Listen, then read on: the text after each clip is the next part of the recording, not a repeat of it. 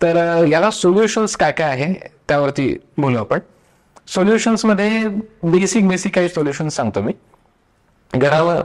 संपूर्ण वास्तूतले जेवढे लोक आहेत, घरामधले सगळे लोक आहेत, घरामध्ये पूर्ण अंधार करायचा, तुपाचा दिवा लावायचा आणि लागोपाठ 21 दिवस हनुमान चालिसा, हनुमान बाहुक, अजून विचित्रवीर, हनुमान माला मंत्र, हनुमान अष्टक, अजून वळवानल स्तोत्र, हे असे मोठे चांगले चांगले जागृत स्तोत्र आहेत असे मारुतीचे. याचं आपण अध्ययन पठण करू शकतो. तर यामध्ये असं आहे की एकदा करा असाल चांगलीच गोष्ट आहे, पण जास्त करावं. म्हणजे समजा साधारण तुम्ही 11 आवर्तनं ठेवली, लागोपाठ 11 वेळा, लागोपाठ 21 वेळा असं म्हणणार असाल तर खूप चांगलं. 21 दिवस करताय तर दररोज लागोपाठ 21 दिवस करताना 21 वेळा म्हणायचंय, हे केलं तर चांगलं. अजून लागोपाठ 43 दिवस पहाटे 3 ते 5 या दरम्यान शिवलिंगाचा अभिषेक करणे. ऑफकोर्स आपण पहिलं शुचिरभूत होऊन म्हणजे आंघोळ वगैरे सगळं करून त्यानंतर करायचंय. लागोपाठ 43 दिवस पहाटे 3 ते 5 शिवलिंगाचा अभिषेक दुधाने करायचा, किंवा कुळदेव कुळदेवी जे असतील आपले त्यांची मूर्ती असेल तर त्याचा अभिषेक करायचा. काही काहींकडे कुळदेव कुळदेवीची मूर्ती नसते, टाक असतो चांदीचा किंवा इतर टाक असतं, तर त्याचा अभिषेक करू शकता. ते देखील प्राणप्रतिष्ठित असावे, जरी नसले तरी ठीक आहे, हरकत नाही, तुम्ही भक्तीने करत राहा ते. आणि काही काहींकडे टाक असतात किंवा काही काहींकडे फक्त फोटो असतो, किंवा काही लोक बाहेरगावी राहतात, मग त्या ठिकाणी तुम्ही काय करू शकता, तो सुपाऱ्या घेऊन छोट्या ठेवायच्या. कुळदेव कुळदेवी दोन्ही असतात. आर्य संस्कृतीनुसार महाराष्ट्रापर्यंत तरी लोकांना तसं आहे कुळदेव कुळदेवी. काही काही ठिकाणी नॉर्थमध्ये साऊथमध्ये तसं नाहीये. त्यामध्ये पंचब्रह्म पद्धत आहे की त्यामध्ये 5 पैकी एक दैवत कुठलं तरी असतं, म्हणजे एकच कुळदेव किंवा कुळदेवी असते, एकच असतं. तर तसंही तुम्ही करू शकता, सुपारी ठेवून करू शकता. पण ते तीर्थ जे आहे ज्याने आपण अभिषेक केलाय दुधाचा, ते प्राशन करू नये, ते प्यायचं नाही. 43 दिवस पूर्ण करायचा, त्याने पण आपल्याला चांगला फरक जाणवतो. सॉल्ट वॉटर बाथ नावाचा एक प्रकार आहे, तो सगळ्यांनाच माहिती आहे. तर युजली आपल्याला निगेटिव्ह एनर्जीचा त्रास होऊच नाही, म्हणून माझं सगळ्यांना सांगणं आहे की एकतर बुधवार आणि शनिवार किंवा मंगळवार आणि शनिवार. आता मंगळ आणि शनी हे उग्र ग्रह आहेत, त्यामुळे या वारांना जर आपण आंघोळीच्या पाण्यात जर खडेमीठ टाकून आंघोळ करू तर फार चांगलं. फक्त खडेमीठच नाही, त्यामध्ये तुम्ही लिंबू काही जण टाकतात, अजून हळद आहे, गुलाब पाणी, अजून सिनेमन ज्याला आपण म्हणतो, काय म्हणतात त्याला, सिनेमनला आता मराठीतला शब्द नाही आठवतो मला, पण त्याचा उपयोग होतो आपल्याला. पंचगव्य एक आहे. पंचगव्य म्हणजे गाईच्या 5 गोष्टी, गाईकडनं आपल्याला मिळालेल्या गोष्टी, म्हणजे दही, दूध, गोमूत्र, अजून शेण आणि तूप, अशा 5 गोष्टी एकत्र केल्या जातात, त्याची पावडर होते, तर ते पंचगव्य आहे. गोमूत्र पण नुसतं यूज करू शकता. कापूर आहे. या सगळ्याचा वापर आपण आंघोळीच्या पाण्यात करू शकतो, याचा उपयोग होतो आपल्याला. याचं आंघोळीचं तर झालंच, त्या व्यतिरिक्त काही दैवी अनुष्ठान नक्कीच करावे. म्हणजे मला सगळ्यांना सांगणं आहे की निदान वर्षातून एकदा आपण देवाचं कुठलंही अनुष्ठान किंवा एखादा यज्ञ करावा. समजा तुम्हाला असं वाटलं की नाही थोडस त्रास अजून आहे, तर 6 महिन्यातून एकदा, 3 महिन्यातून एकदा वास्तूमध्ये यज्ञ करावे, कोणत्याही प्रकारचे यज्ञ करावे.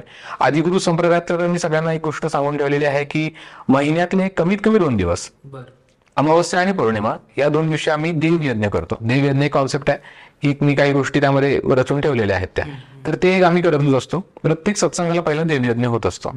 ही एक पॉझिटिव्ह गोष्ट आहे आपल्याकडनं होणारी, ते करावं म्हणजे मला सगळ्यांना सांगणं आहे. आणि मगाशी जे मी सांगितलं आंघोळीच्या पाण्यात काही गोष्टी टाकाव्या, खडेमीठ वगैरे सगळं, तर हे जर लागोपाठ 45 दिवस केलं तर आपल्याला चांगला फरक जाणवतो, म्हणजे दिसून येतो आपल्याला. हे एक आहेत. देवीचे काही स्वरूप आहेत देवीचे. आता समजा तारा देवी आहे, छिन्नमस्ता आहे, चामुंडा आहे, दुर्गा देवी आहे, प्रत्यंगिरा आहे, अजून बगलामुखी आहे. तर अशा काही देवींचे स्वरूप आहेत, किंवा काली माता आहे. तर यांचे जेवढे जास्तीत जास्त आपल्याला स्तोत्र यांचं अनुष्ठान करणं किंवा यांची आवर्तनं जास्तीत जास्त करता येतील तेवढी ती करावी. आपण माझं सगळ्यांना सांगणं आहे हे तुम्ही करू शकता. असे काही सिम्पटम्स आपल्याला जाणवले तर एक उपाय आहे ज्यामध्ये युजली बरेच जण करतात, फक्त होतंय काय की ते क्लॉकवाईज जातात. आता एक मी शास्त्र सगळ्यांना सांगतो की आपल्याला हे माहित असेल की काही लोक जे प्राणशक्ती संबंधित काही उपचारांमध्ये असतील तर त्यांना एक गोष्ट माहित आहे, ज्यांना माहित आहे त्यांच्यासाठी मी परत सांगतो की आपल्याला जे मुख्य चक्र आहेत, जेवढे मुख्यच नाही कोणतेही चक्र, उपचक्र, मुख्य चक्र, यामध्ये प्राणशक्ती जेव्हा प्रवेश करते तर त्यावेळेला आपले ते चक्र क्लॉकवाईज फिरतात. घड्याळाच्या दिशेने. आणि ज्या वेळेला त्यातनं कुठलीही प्राणशक्ती किंवा अशुद्ध प्राणशक्ती ऊर्जा बाहेर पडते त्यावेळेला ते अँटी क्लॉकवाईज फिरतात. ओके. आणि उपचारांमध्ये देखील अशा गोष्टी करता येतात. तर समजा आपण असे काही उपचार करतोय तर त्यावेळेला त्यांच्यातली कुठली अशुद्ध ऊर्जा बाहेर काढायची आहे तर त्यावेळेला त्यांच्यातून चक्र त्यांचे अँटी क्लॉकवाईज फिरवावे लागतात आणि त्यांच्यामध्ये शुद्ध कुठली तरी ऊर्जा सोडायची आहे, दैवी ऊर्जा, तर ते चक्र क्लॉकवाईज फिरवावे लागतात. सेम नियम लागू होतो तो आपल्याला आपल्या वास्तूमध्ये. बऱ्याच ठिकाणी मी बघतो की ते क्लॉकवाईज फिरतात. तर त्यामध्ये काय होतं, आता समजा आपण आरती केली देवतांची, तर देवतांची आरती करताना ठीक आहे आपण क्लॉकवाईज फिरवतो, कारण कुठे ना कुठेतरी ते चक्र म्हणजे फोटोमधले किंवा मूर्तीमधले मेन चक्र 3 असतात, मूलाधार, अनाहत आणि सहस्त्र, असे 3 मुख्य चक्र असतात त्यांना, मूर्त्यांना. तर त्यांना आपण अँटी क्लॉकवाईज फिरून एनर्जाइज करतो, तिथून परत ती एनर्जी ट्रान्सफॉर्म होऊन आपल्याकडे येते. आणि कुठे ना कुठे आरतीला किंवा त्या अग्नीला देवतांच्या व्हायब्रेशन्सचा स्पर्श होतो, मग त्या व्हायब्रेशन्सला आपण ग्रहण करतो, म्हणून आपण आरती ग्रहण करतो. तर हे आरतीचं जे ताट आहे ते घरात मात्र क्लॉकवाईज जावं. पण जर तुम्हाला निगेटिव्ह काहीतरी काढायचंय तर अँटी क्लॉकवाईज जायचं असतं. तर तांब किंवा पितळ याचं काही प्लेट घेतली किंवा आजकाल मिळतात बघा, असं आरतीच्या टाईपच असतात धरायला, त्यामध्ये कापूर, साधा कापूर किंवा भीमसेनी कापूर, तो प्रज्वलित करायचा, साधी आपल्या भाषेत प्रार्थना करायची आणि अँटी क्लॉकवाईज घरात सगळीकडे फिरवायची आणि अग्नी प्रज्वलित ठेवायचा. आणि मेन डोअरच्या बाहेर जाऊन तुम्ही थांबलात तर अगदी शांत होईपर्यंत थांबायचा, त्यानंतर परत आपण आतमध्ये यायचं. याने एक फरक पडतो.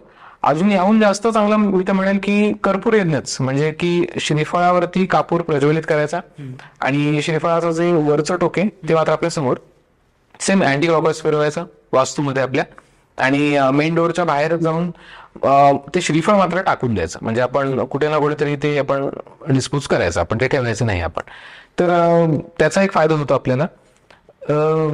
काही असे काही वनस्पती आहेत, म्हणजे चंदन आहे, ऋषीपत्री नावाचा एक प्रकार आहे, ऋषीपत्ती किंवा ऋषीपत्री पण म्हणतात त्यांना, त्यांना सेज स्मोक असं म्हणतात, काय त्याला सेज स्मोक ते एक आहे. अजून गवती चहा जो आपण पितो तो तर आहेच आहे, आणि कॅमोमाईल फुल नावाचं एक फुल आहे, तर त्याचा पण चहा करतात.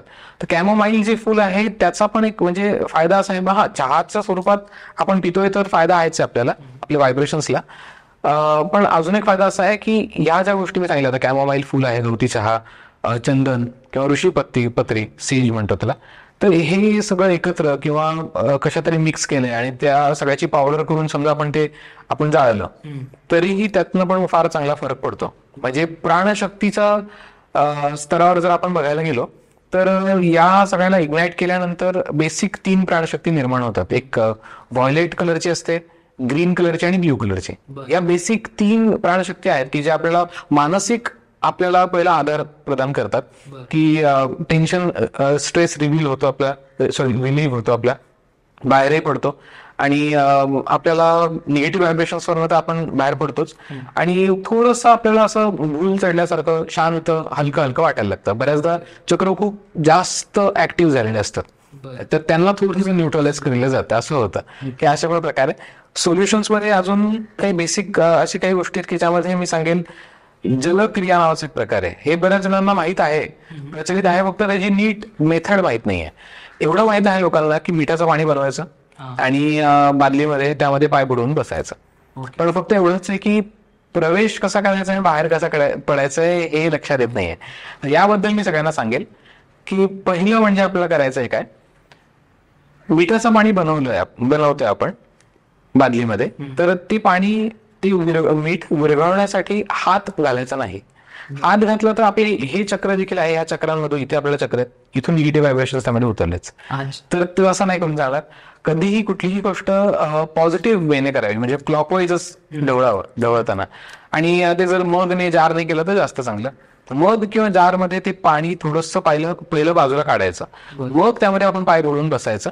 डोळे मिटून तुम्ही मेडिटेट करू शकता किंवा माळेवर जप करू शकता. शक्यतो डोळे मिटायचे आहेत, कारण जेव्हा आपण अंतर्मुख होतो त्यानंतर या गोष्टी सहज बाहेर पडतात. डोळे उघडे ठेवून केलं तरी चालतं, पण त्याचा तेवढा परिणाम दिसून येत नाही, इफेक्टिव्ह नाही होत. तर जप करणं, ध्यान करणं हे जास्त चांगलं आहे त्या बाबतीत. तर तसं करून बघावं लोकांनी. आणि जेव्हा बाहेर पडतो आपण त्यातून, तर त्यावेळेला मात्र बादलीतच पाय धुवावे. जे मग किंवा जार मध्ये आपण पाणी काढलेलं आहे त्याच पाण्याचा वापर करायचा आणि बादलीत पाय धुवायचे, एक पाय धुवायचा. आणि पाय धुतल्यानंतर पाय धुवून मग आपण फडका वगैरे ठेवायचं साईडला, त्याच्यावर पाय ठेवून मग आपण बाहेर काढायचं. ते जे पाणी आहे ते एक तर आपण संपूर्ण आपण वास्तूच्या बाहेरच कुठेतरी टाकून द्यायचं, शक्य झालं तर मातीमध्ये वगैरे, असं माती करून प्रायव्हेट प्रॉपर्टी असं जमतं. पण आजकाल तसं जमत नाही तर मग वॉशरूम मध्ये टाकून द्यायचा, फ्लशच करायचं पूर्णपणे. बादली पण नीट चांगली धुवायची गोमूत्र वगैरे टाकून किंवा मिठाचं पाणी टाकून. आणि वॉशरूम देखील, वॉशरूमचा एरिया आहे तो देखील नीट चांगला फ्लश करायचा, कारण व्हायब्रेशन्स परत येऊ शकतात त्यातनं, आणि ते पाणी सांडू नये अजिबात. ती एक मेथड आहे. आणि अगदीच सोपी पद्धत की जी सगळ्यांना इफेक्टिव्ह अगदी गॅरंटीड ठरू शकते, ते म्हणजे कुठल्याही देवतांचे अनुष्ठान किंवा पारायण करणे, देवतांचं, सद्गुरूंच्या ग्रंथांचं. अशा जागृत कुठले कुठले अवतारी पुरुष होऊन गेले असतील त्यांच्या सद्ग्रंथांचं पारायण करणं. ती 7 दिवसांचं असतं, काहींचं 9 दिवसांचं पारायण असतं, असे सगळे प्रकार आहेत. तर किती तुम्हाला योग्य वाटेल तसं पठणही करू शकतो, पण पारायण करणं जास्त इफेक्टिव्ह ठरतं इथे. आणि चक्री पारायण नावाचा एक प्रकार आहे की पारायण झालं, उद्यापन झालं की लगेच उद्यापनानंतर काही जण त्याच दिवशी लगेच सुरू करतात, काही जण उद्यापन म्हणजे शेवटचा दिवस, आणि त्याच्या दुसऱ्या दिवशी लगेच पारायण सुरू करतात. तर असं पारायण करण्याची पण पद्धत आहे. याने देखील प्रचंड लाभ होतो, 100% होतो. तर यामध्ये हे सगळं तर आपल्याला फरक पडेलच, 100% आपल्याला पडतो. पण एक गोष्ट मी सगळ्यांना सांगू इच्छितो, परत एकदा मगाशी मी सांगितलंच आहे, पास्ट लाईफशी कनेक्टेड असल्याशिवाय या गोष्टी आपल्या या लाईफमध्ये घडत नाहीत. आणि शिवाय या लाईफमध्ये पण फ्रेशली जर होत असेल तर काहीतरी कर्म आहेत आपले, की एक तर आपल्या काहीतरी वागणुकीत चुकलेलं आहे. त्यामुळे सगळ्यांना माझं सांगणं आहे, आपल्या कॉन्टॅक्टमध्ये जरी कोणी असू नसू, ओळखीतले जेवढे असतील, ह्या सगळ्यांशी आपण एकतर विनम्रतेने सगळ्यांशी राहावं. आणि परमात्माशी पण देखील आपण, परमात्मा आपला आराध्य कोणी असेल, पूर्ण विनम्रतेने आपण संवाद साधावा त्यांच्याशी, की कुठल्याही प्रकारचा अट्टहास करू नये किंवा मागण्यास करू नये. आणि पूर्ण श्रद्धा बाळगावी. आणि प्रत्येकाने मनातल्या मनात आत्मिक स्तरावरती माफी मागणे आणि माफ करणे ह्या गोष्टी कराव्या, आत्मिक स्तर. आणि हे प्रचंड इफेक्टिव्ह आहे. फक्त पेशन्स थोडा ठेवावा लागतो, आपल्याला इंटेन्सिटी थोडी थोडी कमी होते आणि नंतर कळतं. काहींची इंटेन्सिटी अशी आहे की ती लगेच जाणवत नाही या सगळ्या गोष्टी करायला लागल्यानंतर. असं वाटतं की आम्ही एवढं करतोय पण होत नाहीये. तर मात्र असं मी सगळ्यांना सांगू इच्छितो की हे हळूहळू करत होतं, आणि ज्या वेळेला याचं प्रचंड मोठा भार आपला कमी होतो निगेटिव्ह एनर्जीचा, मग आपल्याला हलकं जाणवतं. तर काही वेळेला लगेच जाणवतं, काही वेळेला लगेच जाणवत नाही. पण पेशन्स मात्र सगळ्यांनी ठेवावे.